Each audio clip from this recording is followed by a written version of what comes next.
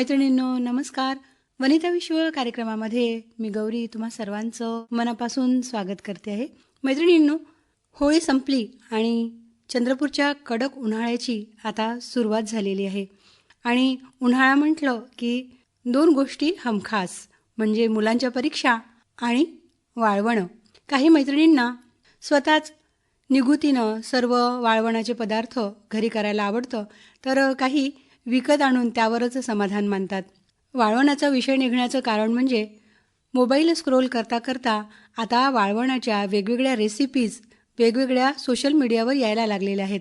आणि एक एक रेसिपी स्क्रोल करता करता आपला त्यात वेळ कसा जातो हेही कळत नाही.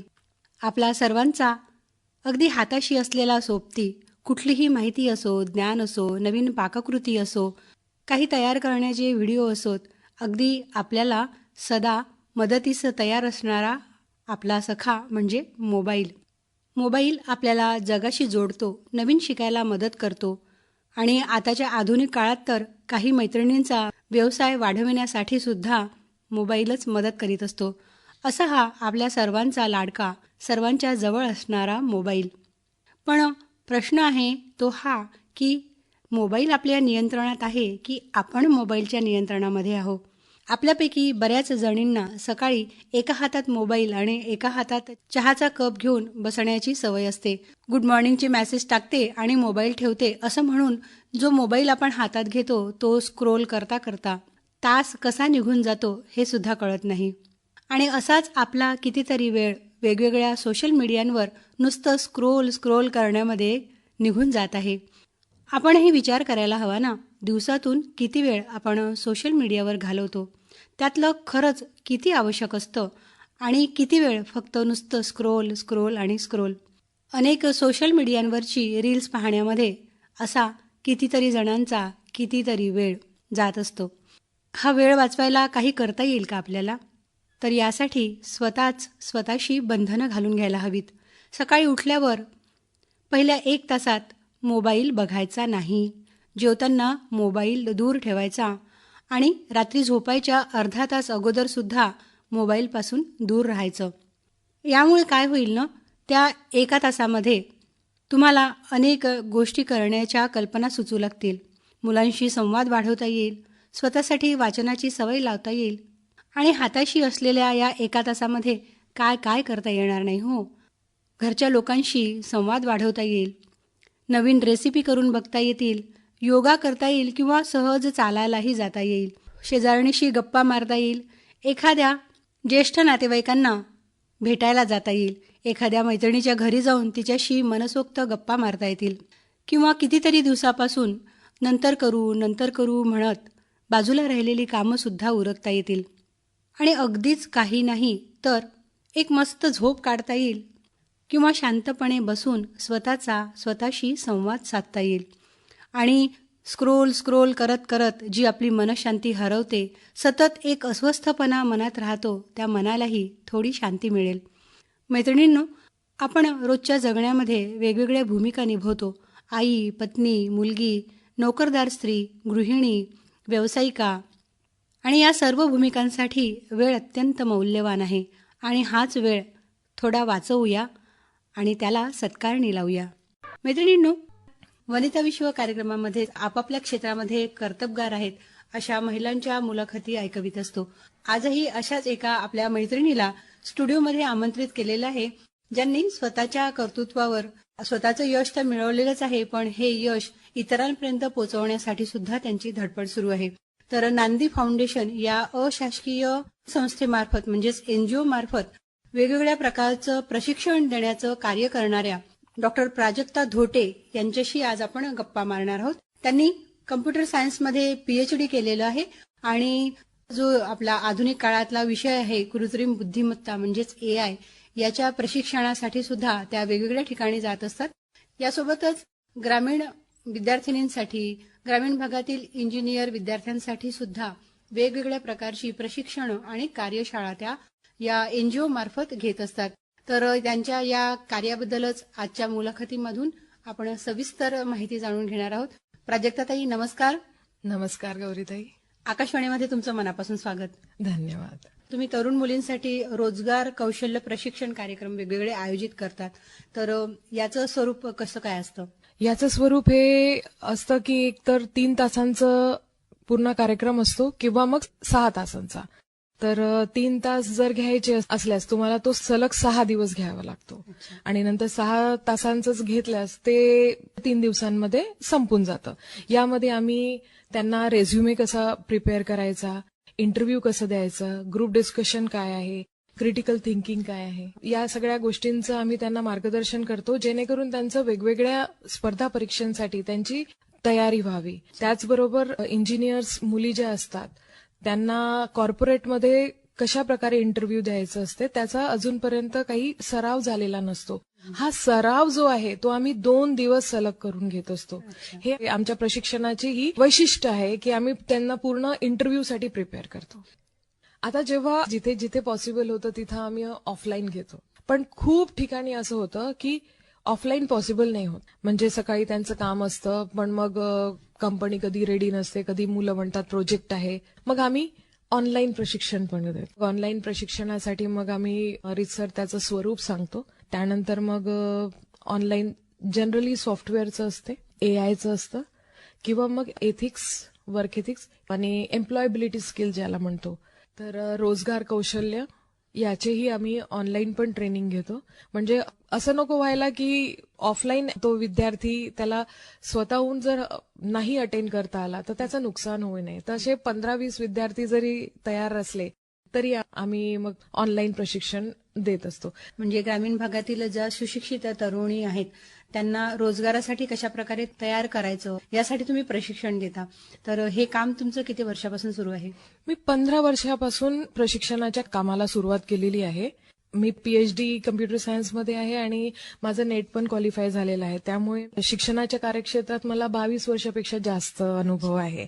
तर शिकवत तर होतेच मी, पण एक कालांतराने मला जाणीव झाली की एका वर्गात एका विशिष्ट सिलेबसला अनुसरून मी शिक्षण देऊ शकत नाही आणि त्या शिक्षणाची आजच्या आधुनिक जगात मुलांना तेवढी गरज नाही जेवढी गरज त्यांना स्किल डेव्हलपमेंट जे म्हणतो आणि इंटरव्ह्यू कसा द्यायचा आहे, इंटरव्ह्यू फेस कसा करायचा आहे, त्याला वेगळ्या वेगळ्या ज्या परीक्षा असतात त्यांची तयारी कशी करायची आहे याचं जास्त गरज आहे. त्यामुळे मग मी क्लासरूम मधून मग मी बाहेर आले. अच्छा. आणि तुम्हाला जसं पाहिजे तसं मोकळ्या वातावरणामध्ये वेगवेगळ्या ग्रामीण भागामध्ये जाऊन तुम्ही आपल्या ज्ञानाचा फायदा त्या ग्रामीण भागातील तरुणींना आणि तरुणांना देत आहात.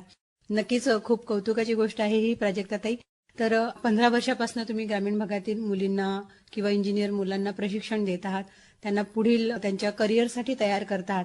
तर ह्या 15 वर्षातील तुमचे अनुभव कसे आहेत या तरुण मुला मुलींचे? हा अनुभव खरं म्हटलं तर मला एक व्यक्ती म्हणून किंवा एक जागरूक नागरिक म्हणून समजण्यासाठी आणि माझ्या स्वतःची काय कुवत आहे तर हे समजण्यासाठी मला हे प्रशिक्षण जे मी घेते ते खूप महत्वाचं ठरलं. आधी संकुचित मानसिक वृत्ती होती माझी की क्लासरूममध्ये येणारे 100-200 विद्यार्थी आपल्याला त्यांना 3 किंवा 4 वर्ष शिकवायचं आणि मग ते शिकतात आणि चालले जातात. म्हणजे एक रुटीन होतं. पण नंतर जेव्हा मी फ्रीलान्सच मी तयारी केली या पूर्ण वर्कशॉपची तर त्यासाठी मला सपोर्ट सिस्टम खूप कामात आलं. माझ्या मैत्रिणी ज्या आहेत त्यांनी मला ही संधी दिली. तर तेव्हा मला असं जाणवलं की एक व्यक्ती म्हणून मी खूपच सुधारले. माझं संकुचित विचार करण्याची जी वृत्ती आहे ती ब्रॉड माइंडेड झाली. आता घेण्यापेक्षा मला देण्यात खूप आनंद वाटतो. जेव्हा आमच्या प्रशिक्षणाचा शेवटचा दिवस असतो आणि मुलं आपले अनुभव व्यक्त करतात तर तेव्हा ते म्हणतात की मॅडम आम्हाला अशा प्रकारे कुणी शिकवलंच नाही आणि तुम्ही जे काही शिकवलंय त्याने आमची पूर्ण जीवनशैली ही बदलणार आहे आणि हा अनुभव आम्ही नेहमी लक्षात ठेवणार. तर तेव्हा एक समाधान वाटतं. हे जे समाधान आहे ते पैशातून मिळत नाही. बरोबर. तर त्यामुळे मी खूप समाधानी आहे. एक व्यक्ती म्हणून असं वाटतं मला की परिपूर्ण झाल्याचा अनुभव वाटतोय. आणि देवाने तुम्हाला जन्म दिलाय पण कशासाठी दिलाय हे माहिती होणं गरजेचं आहे. बरोबर. तर हे जेव्हा मी प्रशिक्षणाचं काम करते तेव्हा मला असं वाटतं आतून असं फील होतं की yes this is what I am meant for. असे बरेच अनुभव आहेत. त्यात एक विद्यार्थिनी किती त्रास करून या प्रशिक्षणाला यायचा त्याचा मी तुम्हाला एक खूप चांगलं उदाहरण देऊ शकते. मी जेव्हा एका संस्थेतर्फे तिथे मुलींना प्रशिक्षण द्यायला सुरुवात केली होती, तर तेव्हा मला त्या लोकांनी सांगितलं की मॅडम या मुली कधी येतात कधी नाही येत, बऱ्याच दुरून येतात. तर मी त्यांना सांगितलं की सर्व मुलींना तुम्ही वर्गात बसवून द्या, बाकी नंतर मी बघून घेईन. पहिल्या दिवशी आमचं सुरू झालं प्रशिक्षण आणि त्यानंतर आम्ही त्या दिवशी 6 तासाचं ट्रेनिंग घेतलं मॅम. 6 तासाच्या ट्रेनिंगमध्ये मला कुठेही असं वाटलं नाही की या मुली कुठेतरी कंटाळल्या, असं काही वाटलं नाही. आमचं 5 वाजेपर्यंत ट्रेनिंग झालं आणि त्यानंतर मग मी म्हटलं की उद्या तुम्ही सगळेजण आपल्या वेळेवर हजर राहा. आता मला प्रश्न होता, आज तर आपल्याकडे 60 विद्यार्थिनी दिसत आहेत वर्गाला, उद्या किती असणार आहे? दुसऱ्या दिवशी जेव्हा मी बघितलं तेव्हा परत तितक्याच विद्यार्थिनी, 5 विद्यार्थिनीची आणखी भर पडली होती. 2 विद्यार्थिनी ज्या आहेत त्या थोड्या उशिरा आल्या.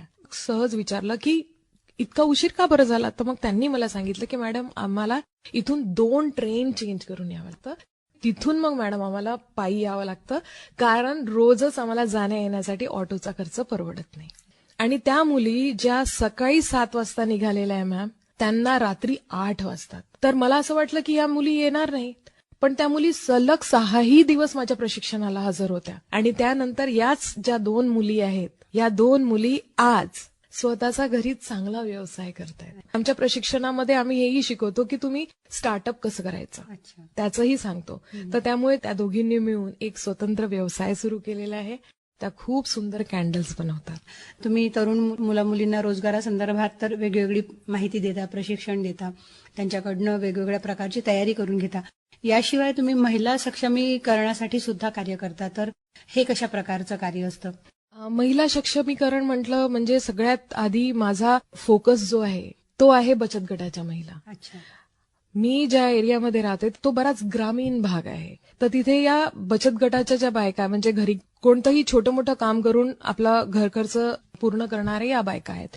या बायका बचत गटामार्फत वाती तयार करणे, पापड तयार करणे, कुरड्या तयार करणे, वड्या तयार करणे करून तर घेतात. पण मग त्या एक दिवस माझ्याकडे आल्या आणि त्या म्हणाल्या की ताई, आम्ही हे करतो तर खरं, पण हे जाऊन आम्ही विकायचं कुठे?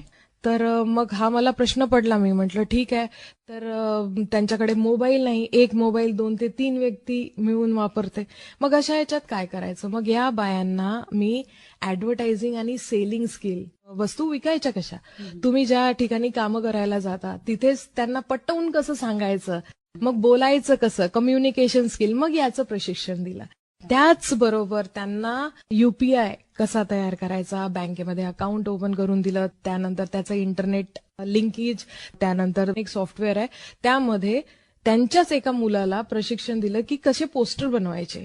आणि मग या बायका मिळून त्या मुलाला एका पोस्टरचे 500 रुपये असे करून 3 ते 4 बचत गटाच्या बायका विविध पोस्टर्स त्याच्याकडनं बनवून घेतले. आणि त्यानंतर दिवाळी किंवा आता उन्हाळा येतो ना, उन्हाळ्यामध्ये वाळवणीचं इतकं सामान, म्हणजे वेगवेगळ्या प्रकारच्या वड्या आणि कलरफुल पापडं असतात, त्यांच्यामध्ये इतकी क्रिएटिव्हिटी आहे की मीच थक्क झाले की अरे मला कसं माहिती नव्हतं. त्यांना मग बाकीचे जे ठोक विक्रेते आहे त्यांच्यासोबत संपर्क साधून दिला, त्यांच्याशी कसं बोलायचं, भाव कसा करायचा, आपलं मार्जिन किती ठेवायचं हे कळायचं नाही. तर मग त्यांना ते शिकवलं. त्यानंतर SIP कशी टाकायची, अशा रीतीने आता या बायका इतक्या सक्षम झालेल्या आहेत मॅडम की जवळच त्यांनी एक 5,000ची रूम किरायाने घेतली आहे. आता तिथे ते पेन्सिल तयार करण्याचं काम करायचं आहे म्हणून त्या आता माझ्या मागे 2 महिन्यापासून लागलेल्या आहे. त्यांचं ते काम पूर्ण मॅन्युफॅक्चरर जो आहे त्याच्याशी त्यांचं बोलणं करून मग ती मशीन घ्यायची आहे. याशिवाय महिला सुरक्षा हा विषय सुद्धा तुम्ही NGO मार्फत हाताळता. तर याबद्दल काय सांगाल?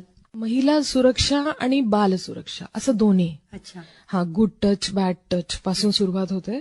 आणि मी बऱ्याचदा अनुभवलं की या बायका जेव्हा घरकाम करून किंवा कोणतंही काम करून जेव्हा येतात तर बऱ्याच निर्जन स्थळावरून येतात. त्यानंतर ज्या घरात आपण काम करतो किंवा ज्या फॅक्टरीमध्ये काम करतो त्या याच्यामध्ये आपल्या हक्कांच्या बाबतीत त्यांना माहितीच नसतं. तर मग त्यांना ते जागरूकता देणं, त्यानंतर लहान मुलांना, मुलींना विशेषतः कशा रीतीने ओळखायचं की हा व्यक्ती आपला आहे की नाही. लहान मुलं फारच निरागस असतात, त्यांना माहिती नसतं. त्यांना असं वाटतं की प्रत्येकच जण हा म्हणजे आपल्या जवळचाच काका मामा असतो. तर आम्ही त्यांना शिकवतो की डिस्टन्स कसं मेंटेन करायचं, टच कसा ओळखायचा. आम्ही त्याचं अगदी प्रशिक्षण त्यांच्या शाळेत जाऊन किंवा कधी कोणती अंगणवाडी असते मग तिथे आम्ही हे प्रशिक्षण देतो. त्यानंतर बऱ्याचशा मुलांच्या घरी त्यांचे वडील जे आहेत दारूचं व्यसन आहे, तर त्यामुळे मुलं आईला रोज होणारी मारहाण बघत असतात. या सगळ्या वातावरणाचा या लहान बालमनावर बराच परिणाम होतो. त्यानंतर मानसिकरित्या त्याची वाढ थोडी वेगळी होते. ते सुद्धा मग आम्ही हाताळतो की हे कसं वाईट आहे, तुम्ही काय नाही केलं पाहिजे, जे बघितलं आहे ते चांगलं आहे की नाही याचा कसा विचार करायचा, आणि इथून मग आम्ही सुरुवात करतो. आणि मॅम आम्ही 5 वर्ष तर आम्ही याच्यात काम करतोय. खरंच खूप समाधान मिळतं. मॅडम, खूप छान सांगितलं तुम्ही की कशा प्रकारचे प्रशिक्षण तुम्ही वेगवेगळ्या गावात जाऊन वेगवेगळ्या संस्थांमार्फत वेगवेगळ्या बचत गटांना देत असता, जेणेकरून महिलांचं तर सक्षमीकरण होतच आहे, शिवाय बालकांच्या सुरक्षेचा सुद्धा मुद्दा तुम्ही या प्रशिक्षणामध्ये हाताळता. तुमचं जसं स्पेशलायझेशन आहे आर्टिफिशियल इंटेलिजन्स किंवा कृत्रिम बुद्धिमत्ता, तर ह्या कृत्रिम बुद्धिमत्तेच्या आताच्या आधुनिक युगामध्ये याचं महत्व अनन्यसाधारण आहे. तर एआयचा वापर प्रभावीपणे कसा करावा याबद्दल कशा प्रकारचं प्रशिक्षण तुम्ही देता आणि कोणाकोणाला देता? एआयचं प्रशिक्षण जे आहे ते मी कॉर्पोरेट म्हणजे बिझनेस, मोठ्या मोठ्या इंडस्ट्रीचे अधिकारी आहेत त्यांना, त्यानंतर मी विद्यार्थ्यांना पण देते. कारण एआयचे खूप सारे प्रॉडक्ट्स आहेत, प्रत्येकच प्रॉडक्ट प्रत्येकाला उपयोगाचं नाहीये. तर विद्यार्थ्यांसाठी वेगळे ऍप्स असतात. त्यानंतर इंडस्ट्री पर्सनसाठी जसं म्हणजे मॅनेजर्स, HR मॅनेजर झाले, ऑपरेशन्स झालं, प्रॉडक्ट मॅनेजर्स झाले, यांना वेगळे सॉफ्टवेअर असतात. 1000 पेक्षा जास्त सॉफ्टवेअर्स आहेत, पण प्रत्येकाला कळत नाही की कोणतं सॉफ्टवेअर माझ्यासाठी काय आहे. तर जेव्हा एआयचं प्रशिक्षण आम्ही देतो ना मॅम, तर तेव्हा आम्हाला माहिती फार गोळा करावी लागते की तुम्हाला काय अपेक्षित आहे, हे ट्रेनिंग तुम्हाला का बरं करावंसं वाटतं. त्यानंतर मग ते सांगतात की आम्हाला हे प्रॉब्लेम्स आहेत, ह्या समस्या आहेत, तर या समस्याचं निराकरण करायसाठी आर्टिफिशियल इंटेलिजन्स हेल्प करू शकतं का. आणि मग त्यानंतर मग आम्ही ते सॉफ्टवेअर्स आम्ही निवडतो.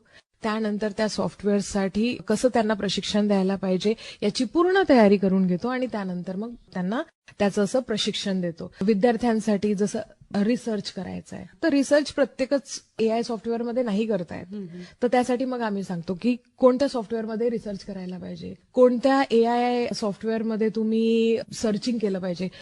आता विद्यार्थी म्हटलं की बुक्स आलीत, आता बुक्स म्हटलं की फॉरेन ऑथरची बुक्स जी आहेत ती अतिशय महागडी आहे, पण ती महागडी बुक्स आपण विकत घेऊ शकत नाही. पण मग असेही एआय सॉफ्टवेअर आहेत ज्याच्यामध्ये ही बुक्स स्टुडंट्स म्हणून आपण जर लॉग इन केले, अकाउंट असलं, तर तुम्हाला ते फ्री ऑफ कॉस्ट असतं, मोफत वाचता येतात, मोफत वाचताही येतात.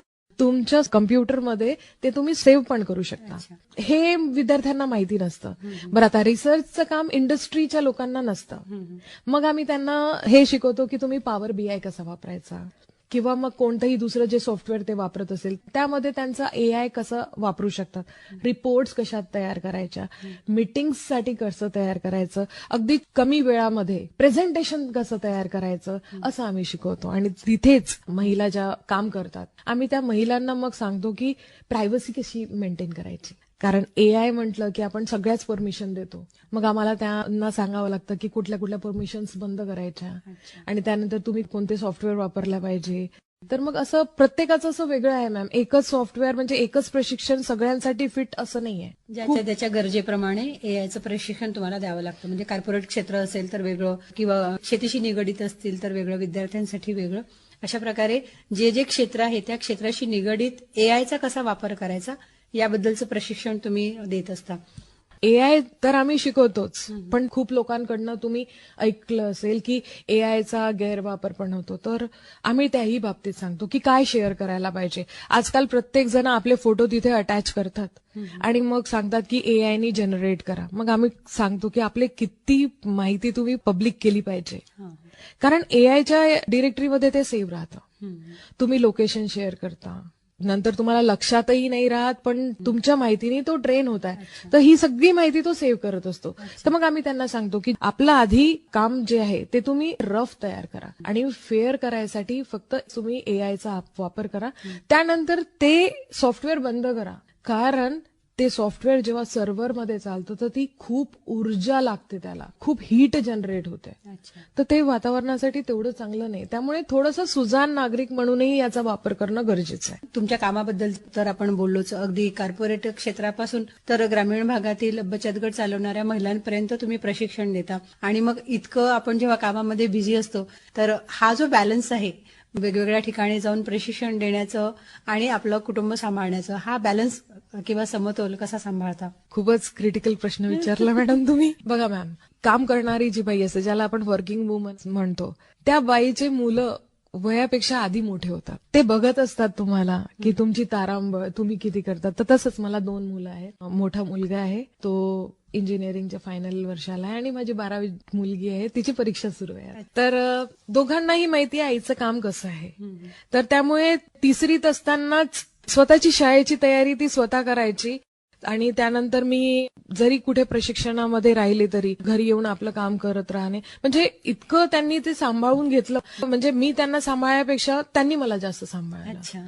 माझे मिस्टर पण, म्हणजे त्यांचा स्वतःचा व्यवसाय आहे, त्यांनी सुद्धा मला नेहमी या कामासाठी सपोर्टच केलाय. म्हणजे मला खूप सपोर्ट सिस्टम मिळाला.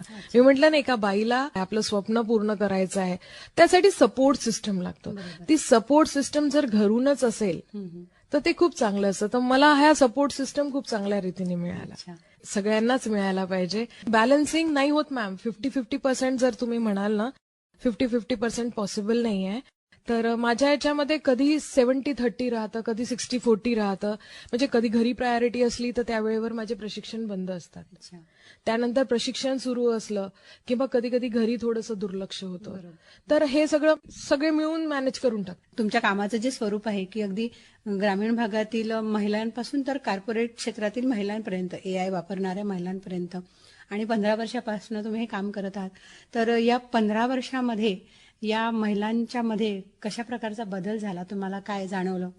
खूप आत्मविश्वास आधी नव्हतं. चेहऱ्यावर दिसते ती झलक.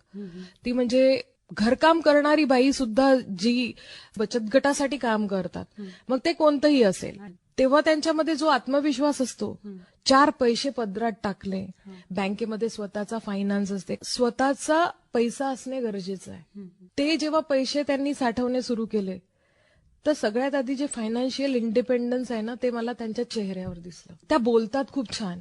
आता मी तुम्हाला जसं सांगितलं की भावताव करणं त्यांना जमायचं नाही, पण आता तुम्हाला त्याच्यावर गंमत सांगते. त्यांनी तिथे आपली एक संघटना तयार करून टाकली आहे. एवढे रेट म्हणजे एवढेच रेट, तिथे काहीच ऍडजस्टमेंट नाही. तर खूप बरं वाटतं की जेव्हा त्या इतक्या आत्मविश्वासाने बोलतात. कॉर्पोरेट क्षेत्राच्या महिलांमध्ये म्हणायचं तर आधी तर त्या नोकरी करतच होत्या, पण आता अधिक जागरूकतेने करतात. म्हणजे नाईट शिफ्ट घ्यायची असेल तर आधी त्या विचारतात की किती लेडीज आहेत. आधी नाईट शिफ्ट करायची म्हटली तर हो म्हणून घ्यायचं, पण आता त्या म्हणतात, सर कॅमेरे आहेत का, रेस्ट रूम आहे का, त्यानंतर किती जणी आहेत सर, सर आम्हाला जाण्या येण्याचं काय. म्हणजे आता प्रश्न विचारतात, जागरूक झाल्या आहेत त्या. त्यानंतर आधी असे कित्येक टॅब त्यांचे कम्प्युटरमध्ये जेव्हा त्या काम करायच्या सुरू राहायचं. आता बघितलंय मी, परत मी त्यांच्या दुसऱ्या प्रशिक्षणासाठी जेव्हा गेली तर तेव्हा कम्प्युटर चेक केले काम करत असताना की मी जे शिकवलं या करतात की नाही करत. कंपनीचं सॉफ्टवेअर सुरू असतं. आमच्या प्रशिक्षणाच्या आधी सोशल मीडियाचेही टॅब्स वेगवेगळे सुरू असायचे त्यांचे. तर आता असं जाणवतं एकही टॅब सुरू नसतो. त्यांचा फोन सुद्धा डू नॉट डिस्टर्ब मध्ये असतो. त्यानंतर आता त्या एकमेकांना खूप चांगल्या रीतीने समजून घेतात. आधी एकमेकींना प्रतिस्पर्धी म्हणून बघायच्या, त्या आता सहकर्मी म्हणून बघतात. तर हा बदल म्हणजे खूप चांगला आहे आपल्या एकंदरीत आपल्या म्हणजे महिलांसाठी. प्राजक्ताताई, तुम्ही इथे आलात आणि वेगवेगळ्या स्वरूपाचे प्रशिक्षण तुम्ही वेगवेगळ्या संस्थांमार्फत कशा प्रकारे देता, याबद्दलची सविस्तर माहिती आज आमच्या मैत्रिणींना तुम्ही सांगितलीत. इथे आलात त्याबद्दल तुमचे मनापासून आभार.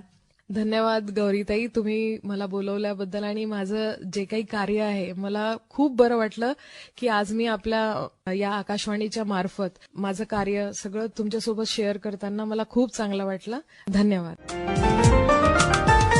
तर मैत्रिणींनो, यासोबतच आजच्या वनिता विश्व कार्यक्रमाची वेळ संपत आलेली आहे. कार्यक्रमातून मी गौरी तुम्हा सर्व मैत्रिणींचा निरोप घेते आहे. तोपर्यंत स्वतःची आणि आपल्या वेळेची नक्की काळजी घ्या. नमस्कार.